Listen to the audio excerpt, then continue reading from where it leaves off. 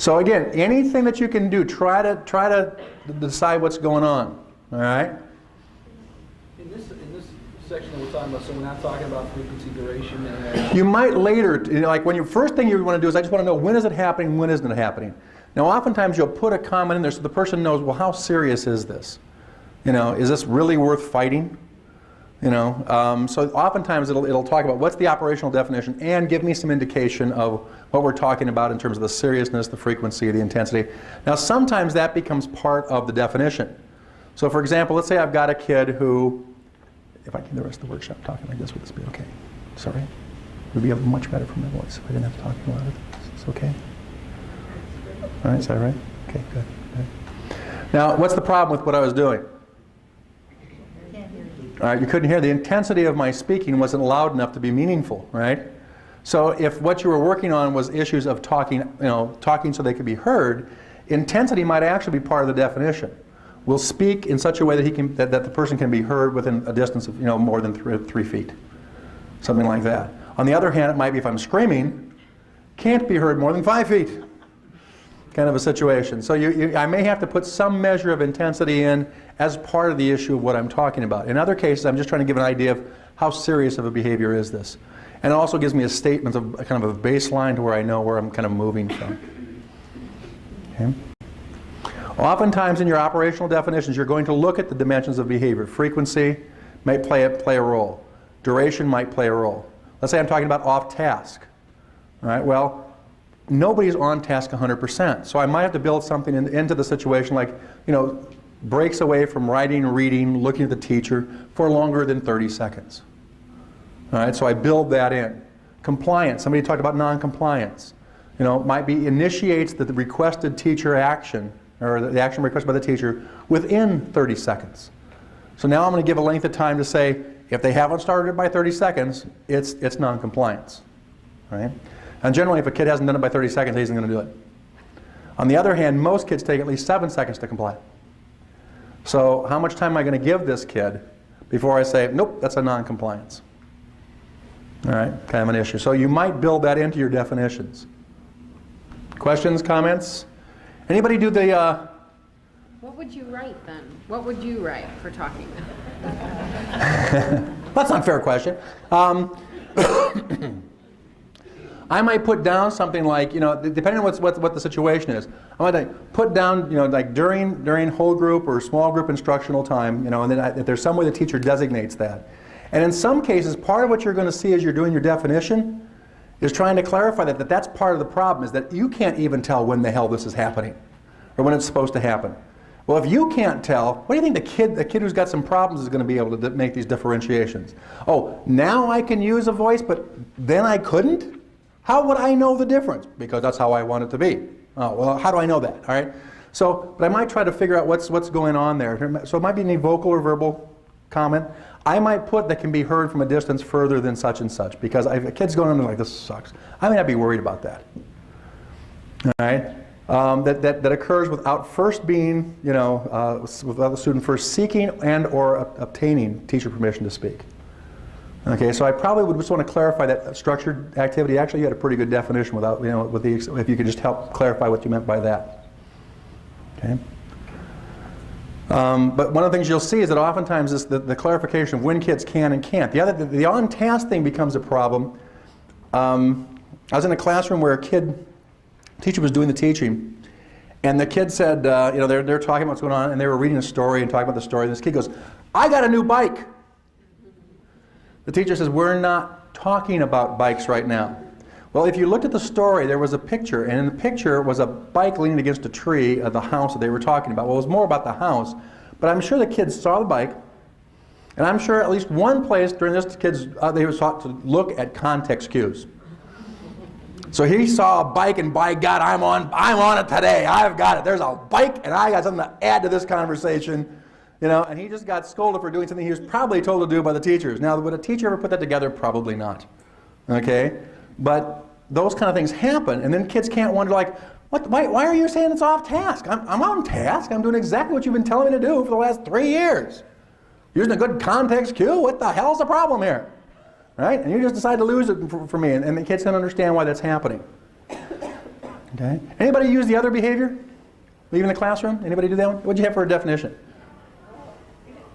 Describe the problem, which is that Rick walks out of the classroom within 2 minutes of being asked to engage in academic activity 3 times a day. Okay. And stays in the bathroom for 5 minutes. Okay. So you've got a statement of what's going on. Now, what's the problem with that as an operational definition? What could be the problem with that?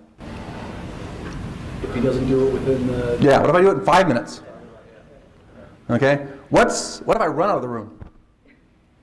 Hop out of the room. Skip out of the room. Roll out of the room. Okay. In some classrooms, what's the room? Okay. What if I've got one of those classrooms in which there's like a room connected to the room, and there's like, we use this other room too? Is that part of the room? Do I know what the room is? Where is the room? You know, and one of the problems is that with operational definitions is that there can't be a book, here's good operational definitions.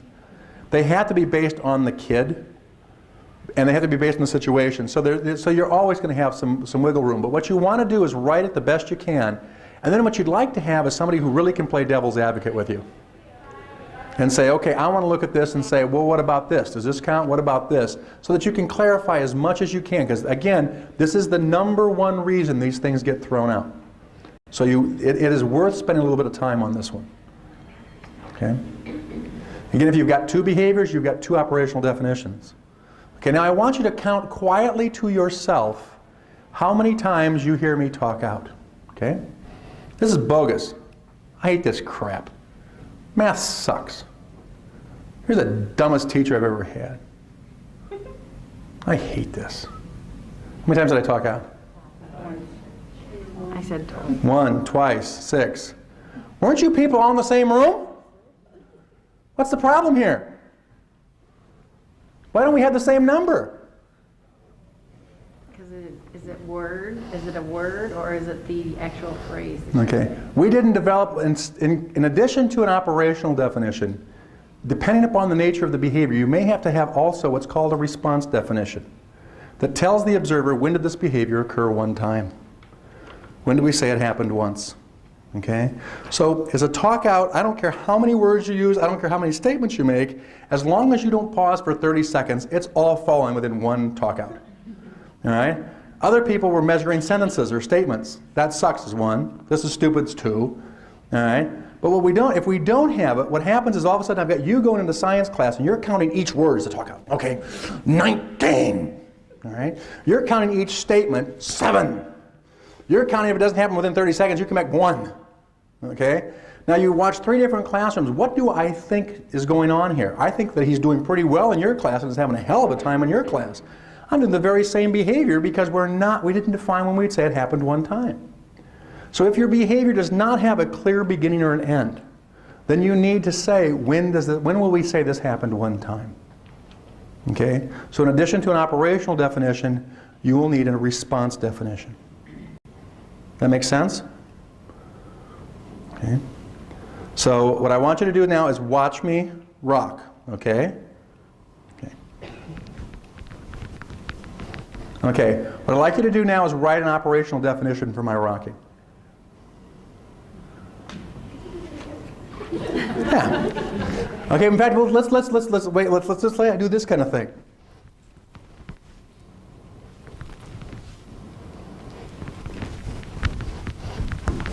Okay, I want an operational definition for my rocking, and I want a response definition.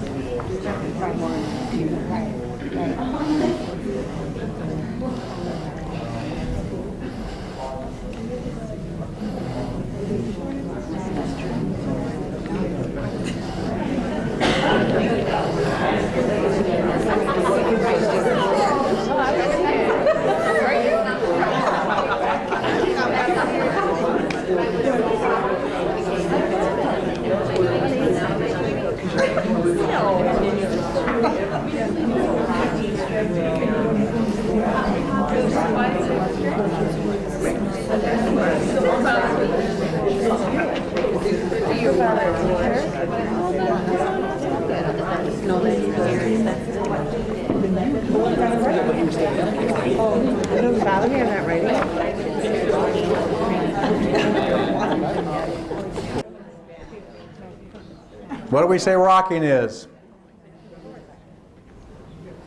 Don't all volunteer at once. Weight with one foot. I couldn't tell which foot it was. Okay. Uneven distribution of weight, one foot in front of the other one. All right? All right? Okay, hold on, we're not done. with a continuous flow of motion. Right. The continuous flow of motion. All right? That's right.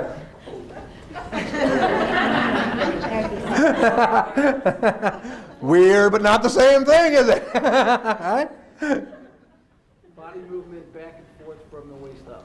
Okay, so body movement back and forth from the waist up. But you were bending. He was. Okay, yeah, I had my foot, I was lifting one foot and going like that kind of thing, so you might, yeah, this is the way, all right. So when you're writing a representative definition, make sure you see the whole kid, right? That's what we're saying, because we're just talking about, what if you're sitting down and you're doing this? Is Yeah. it's not rocking them? Okay, so yeah, I mean, part of the issue is that you might, how do you want to define that? Is the foot important, not important, whatever's going on? Could you include it like a video clip with your version See video clip C. Would that cover you in a hearing? Maybe, but the problem is, would teachers actually go view a video clip? If I had to view a video clip, what would the likelihood be that would I actually stop and do that? Does it really matter if they're watching this versus right? I mean, you get the idea that it's the movement. Again, it depends on the kid. If this is the only way I rock, we probably don't have to worry about just forward and backward. Yeah, but you've got to have it so that what you want is that, again, usually, ideally, this is a team process, not a person process. And I want to make sure that everybody's seeing the same behavior and counting the same behavior. So if this is all he's saying is rocking, and I also happen to be a person who kind of does one of these kind of things, then if I'm saying forward and backward, that's forward and backward. So you just want to make sure that you're all talking the same behavior. That's the key issue. What do people have as a response definition? Back and forth movement without pausing. Okay, so without the pause. So this was 1. Okay, anybody have different? You were saying something about a pause no longer than 2 minutes. All right, so you gave a pause for a length of time. So this kind of a thing, that would all still be 1 for you. Right, if you stop for 2 minutes. Okay, if I stop for 2 minutes, then it's a new behavior. All right. And again, there's no correct or, there's not like God's going to come down and say, that is correct, this is wrong. What you want to have is just clear enough that everybody's doing the same thing and we're talking about it clearly enough that people understand. And my question then is, you could basically argue any definition then. As long as everybody agrees with it. If, let's say, okay, we chose that it was back and forth, you're going like this, and you're sitting in front of the prosecuting officer, and he changed his rocking to this. Do you change then the definition? You'd probably have to change the definition because part of the problem comes down. Well, part of the problem is that, again, what I've got to have is the argument of say, let's say I'm doing this and you're counting it, and I'm how to say this? Part of it depends what you're writing it for. One is I want clarity and just the reality of collecting data, that my observers really know what I'm talking about and that they know what they're talking about. From a challenge standpoint, if I was a lawyer and your operational definition said this, and I saw you counting this, I'd tear you apart. Okay? That's not the behavior you defined. Why didn't you define the behavior you're collecting data on? How would I know that? Does this count? Okay? Why wouldn't it? This counted. And I would just make it look like you didn't know what you were doing. So part of the issue is most of us don't write these to go to a due process. Some of them you will. So always think about what's going on. But quite frankly, the reality of the world is there are some of them that this is a kid who's a hot kid. You want to make sure you've got your I's dotted and your T's crossed in a situation, that you're clear, and that people are clear, and that the people here are clear because they're the ones who have to talk about what they're doing. Does my definition give them that information? Or is it so damn vague that anything can fall in there? All right, so it's a pain in the butt. There's nothing, well, actually it can be fun writing these things, but it's a time-consuming pain in the butt. But it's where you start the process, and if I don't have that clear, anywhere I go from there only gets more confusing. So basically, if you're looking for this forward and backward motion, if that's your definition, then only chart those times or mark down those times if he does this. Does that, it wouldn't count. Don't count it, Right. but then maybe next week include that Right. in the definition and then. Yeah, or I might make a note and say, hey, he's got a new one coming up here, and I counted it, it happened 18 times. It's not this behavior, but it's a new one that we put down. I've gone in, especially kids who have stereotypic behaviors, will all of a sudden start to show a new one or a different one that we didn't have down as part of what's going on. I might mark it down just in terms of what's going on, even though it doesn't fall in the target behaviors. At least I know that that this is happening. So, and make sure you mark down how you counted it so that you're kind of on the fly developing a response definition and an operational definition. And part of the issue is that monitoring and is an intervention. It's amazing how many, it's a rare kid who does not know who's being viewed. The kid who does not know I'm observing them, I figure doesn't have a whole lot going on for him. That's not a good sign, you know. I do a lot of computer-based. I remember one time a kid coming over and going, what do you do if I say shit? And I say, I push this button right here. Thank you. Okay? And I mean, they know they're being observed. And every now and then you'll actually get them, by being observed, you'll start seeing a change in their behavior. All right. Play with that one because it's a lot of fun. Play with it with your team. Get your team ready for this. Really challenge yourselves. Pick a kid, go out and do this kind of stuff. Again, number one reason these things get thrown out. It's not hard. It's just thinking that clearly is not something we do very often. So it's an issue that you need practice with. Okay? We're then going to take data. Once I've got this definition, I want to take some data. I want to know how often it's happening, but I also want to know something about the environment and the structures and the response to these behaviors in the real world. Now, there are two major ways we collect data. An indirect method, which means I don't observe the child directly myself in the environment. I talk to others who have, or I look at material that comes from that setting. So, for example, I might look at work samples. So we know that Sarah's having problems. We look at it, and big problems seem to be around issues in terms of when she has to write. One of the first things I might want to do is look at her writing. I might want to look at it and say, first of all, does she have motoric issues in terms of writing? This is one of those kids who look at their writing with their feet. And my assumption can be this is a very hard process for her to write. It's like she's writing with her left hand. How many of you couldn't get your hand to do what your brain told it to do when you were writing with your left hand? That, for some kids, that's how all writing is. All right? If I read the sentences, do these not make any sense at all? And the issue doesn't seem to be the motoric aspect, it's the cognitive aspect of writing that looks really tough for this kid. All right? Can I do an error analysis? She does not have the good mechanics of writing. She doesn't know punctuation, she doesn't know, maybe there's even some issues around syntax that are a problem. The order of the way words fall in order. What's going on? So I can do an error analysis. I might want to do interviews with parents, teachers, other significant people. The student themselves. Oftentimes we forget the student. The student themselves can tell us, there's the only one who can say things like, well, what were you feeling? What were you thinking? That doesn't mean they will, but they can. All right? Oftentimes I want to talk to somebody else who works with this kid in a structured situation, but not school.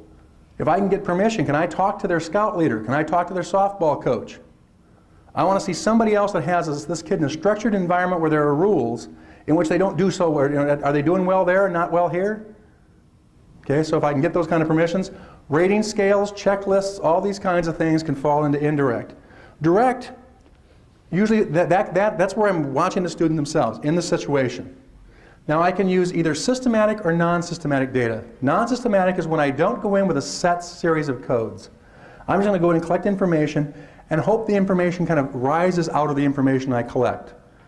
Oftentimes I will start with non-systematic and then move to systematic. Now once I get a sense of what's going on, now I'm really wanting to look and say, I think this has to do with the structure. So when this kid is under direct, he has to sit and listen to me as the teacher speak. That's when I think we have more trouble than when it's a situation where you can be part of a peer group and interact. I think the structure plays a role in this. So now I want to look at your behavior under certain conditions, and I start to code those conditions. I have definitions for what I mean by that, and now I'm collecting data in a much more systematic fashion. Okay. Just looked at that. Okay. 3 slides all to say the same thing. All right, one of the worst ways we take data is called anecdotal records. There are some of our structures, for example, if I am in the Chicago Public Schools, and I have a student who I think needs to be identified as ED. What does the mandate of the Chicago Public Schools say I have to do? I have to take 90 days of anecdotals. Now, I have actually looked at these in some cases where I get this great notebook, and it's like this teacher has put a tremendous amount of energy in. Sometimes I think this is a gatekeeping function. The teacher goes, shit, they'll never be out of my room, I'm not doing it, okay? But I'll get this notebook and it'll say, bit Johnny, threw a chair, told me to do something physiologically impossible. And I get this incredibly good list of how creative this kid can be. But it doesn't tell me anything, except how creative this kid can be. So, oftentimes anecdotals, we spend a lot of time, but it doesn't give enough information. You'd be much better off if you put it into some format. This is like an antecedent, ABC or ARC, where I look at the antecedent, then what did the child do, then what did the, whatever. So now I get a sense of when did it happen and what happened as a result of that.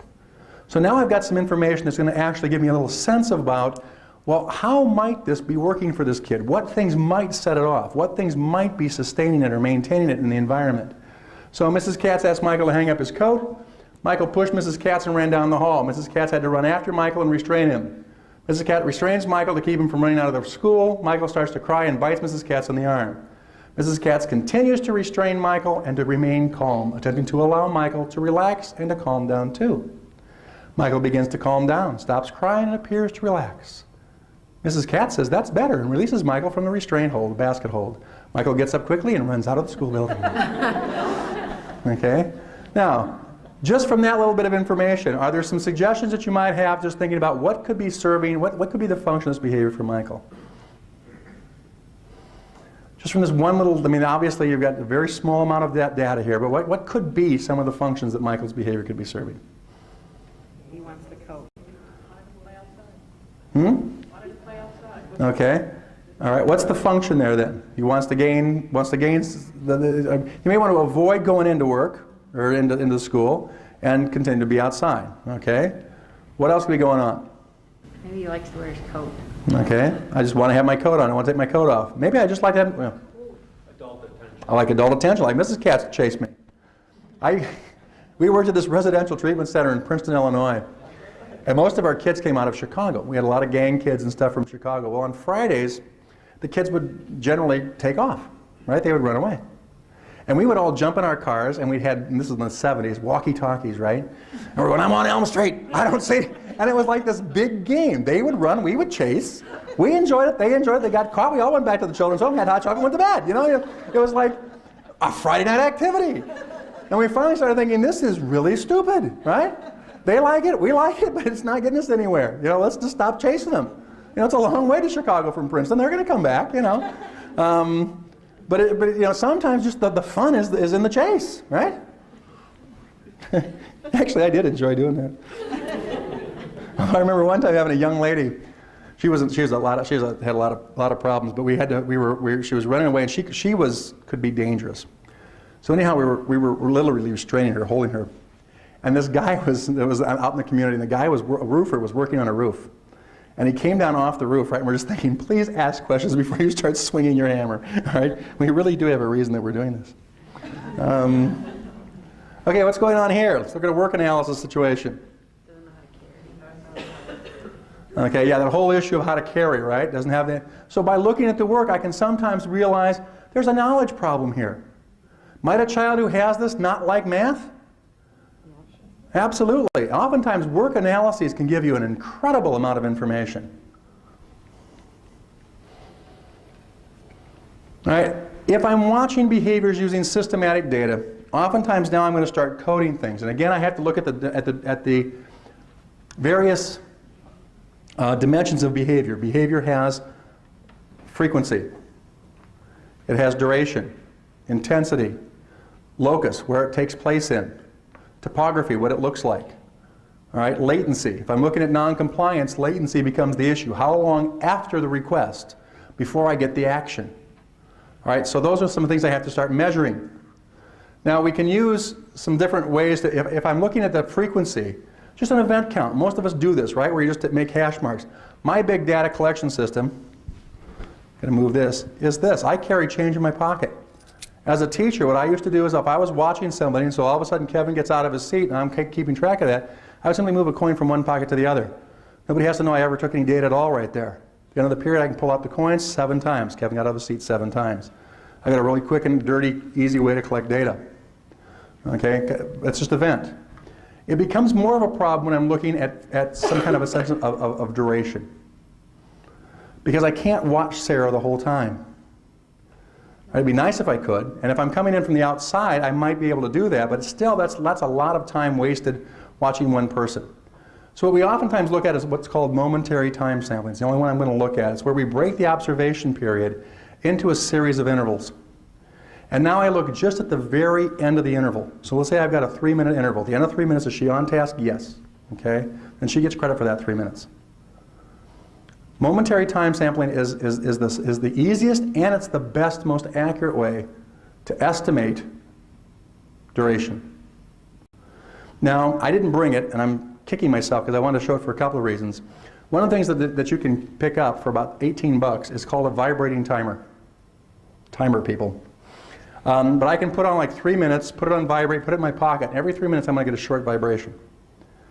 So what I can do is I can be doing other things. All of a sudden it vibrates, I look over, yeah, Sarah's on task. Now for $18, I got something that really helps me out a great deal in terms of collecting data. We'll talk about another way we use that a little bit later. We just ordered a whole bunch of those for ISRC that you can borrow. Okay. The one thing, and I don't ask teachers to take much data themselves at all because the teacher is part of the context. But one thing I do ask teachers to do is what's called scatter plot. Let's say again I'm worried about Kevin and maybe it's how many times Kevin gets out of his seat. What I might ask a teacher to do is keep track for just a week. How many times is Kevin out of his seat? Now I used to give oftentimes teachers a piece of, like just a roll of duct tape or a masking tape and a sheets of paper. So this says Monday. We just tape that sucker in his desk and we don't have to worry about it. Now, you're an evil woman. You're an evil person. But what I might do is I'd say, okay, this is math class. I put math, and I put the piece of tape on my arm. Now every time he gets up, I just make a mark on that. Then the class, I just take it off, put it on the sheet of paper. I know math now. He got up 6 times. So it's not a major requirement. Put it on their leg and mark it with the thing, whatever makes sense. All right. What I want to do is get something like this. At the end of the week, I get a sense of how many times. Now, you could put the actual number in. I just happen, for the sake of argument, it would happen 1 to 3 times he gets an X, 4 or more he gets a 0, and if it didn't happen, he doesn't have anything. Just by looking at that, what can you tell? Anything?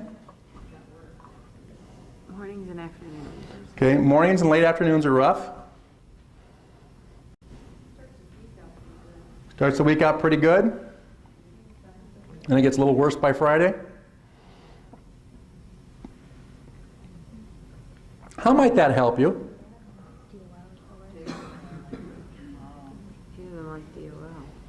All right, DOL is a problem, isn't it? Math's a problem. Social science is a problem. History is a problem. Reading isn't a problem. Science isn't a problem. Is it a different teacher? There might be different teachers. One of these might be I want to look at different teachers. So I might see a pattern by teacher. Right? Maybe the class structure. Could be the structure of the class. Or a pattern like, hey, if Mondays and Fridays are bad, maybe the weekend's been difficult, they haven't gotten sleep, or maybe they're anticipating on Friday going into a difficult situation for 2 or 3 days. Right. Weekends can be, these kids that go from mom's house to dad's house can be oftentimes be a challenge for kids. Could be some weekend issues that are going on. All right. One of the big things is it may give you information on itself. Now in this one of the things that I would look at is that the ones that he seems to have the biggest problems with are ones that require some writing. And they probably had the least amount of kind of group time. I'm going to have to be actually sitting down and looking. So that might be something I want to look at. Part of what's really important for me on this is that how many of you have just plenty of time? You're just going to sit in your office waiting for somebody to call you, hoping that you have something that you can do today, because otherwise you're just going to have your feet up and not be working at all. What this tells you is when you should go observe. If I wanted to catch this kid doing the behavior, what might be a good time and place to go watch him? DOL. Friday DOL especially, right? When else might I want to watch him? In reading. I might want to watch him where he's not having a problem. So all of a sudden, this little bit of information might give me some information that actually becomes a data source in and of itself. But more than that, it tells me if I want to see the behavior, when would be a good time to do it. Okay? One of the things in the packet, the little book that you have, and we'll go to parts of it here in a minute. You've got a number of tools. One of the tools is called the Behavioral and Environmental Assessment of Students and Teachers. It's a little data collection system that I developed with some of my doc students as part of a grant. And it's things that as I go into classrooms, I keep finding myself observing for various kids. So you don't fill the whole thing out. It's just got different things you might want to collect information on. But one of the things you'll see, for example, one of the things I look at is compliance. So you were talking about a child who's non-compliant. All right, one thing I might want to look at and say, okay, he gets a request to, there's a request. Johnny, take out your math book. All right, he ignores that request. Let's say I say that he's got to initiate the response within 30 seconds, blah, blah, blah, blah. He doesn't do it, he ignored it. The thing that's different from what I do, what most people do, is I always want to know, what does the teacher do? I don't want to know just that he complied 40% of the time. That doesn't tell me enough. I want to know what was the response of the teacher. In some cases, I might even have another box saying, what's the response of the peers? All right? So I asked him to do something, he didn't do it, and whatever the teacher does as the first thing becomes 1. 1 was no response. The teacher didn't do anything. Interesting. And then I just keep taking data that way. So let's say that this is what I've got. The next time he got an opportunity to respond, he complied, the teacher did nothing. Request, he ignored, the teacher gave him a verbal reprimand. Request, he ignored, teacher did nothing. Request, he complied, the teacher did nothing. Request, comply, the teacher did nothing. Request, he ignored, the teacher reissued the request. He resisted, and she gave him a verbal reprimand. Request complies nothing, request ignores nothing. What's going on here? He wants to What does this tell you? What might be some of the issues going on here?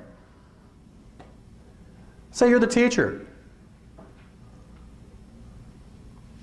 more praise. He wants attention. Inconsistency. Okay, inconsistency. The teacher's not being consistent, which you'll see pretty frequently. Now, one of the problems is that this is one kid. How many kids does this teacher have? Maybe 25. I don't even remember what the hell I did last time Sarah did this. I just want these kids to comply, right? So I can't even remember what I did in order to be consistent. But the problem is that for a kid themselves, if this was Lori's data, Lori realizes that this teacher's kind of all over the map.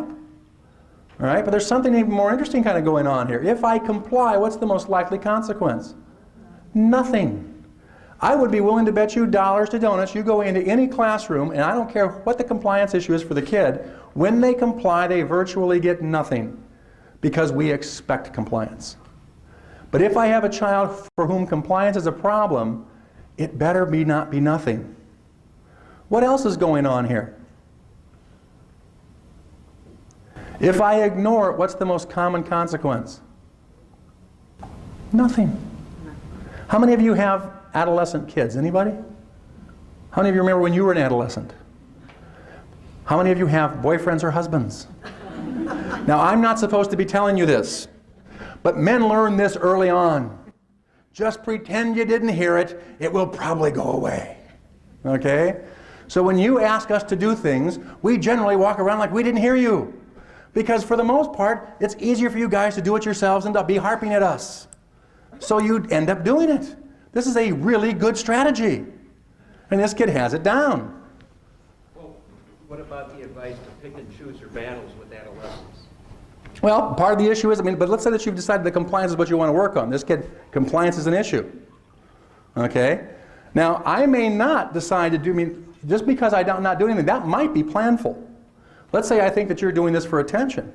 Then I may not want to give you attention for what's going on. But what would I want to be giving you attention for? When you're doing it the right way. When I get this pattern, I'm not doing it for the bad behavior and I'm not doing it for the good behavior. I'm basically not doing a damn thing.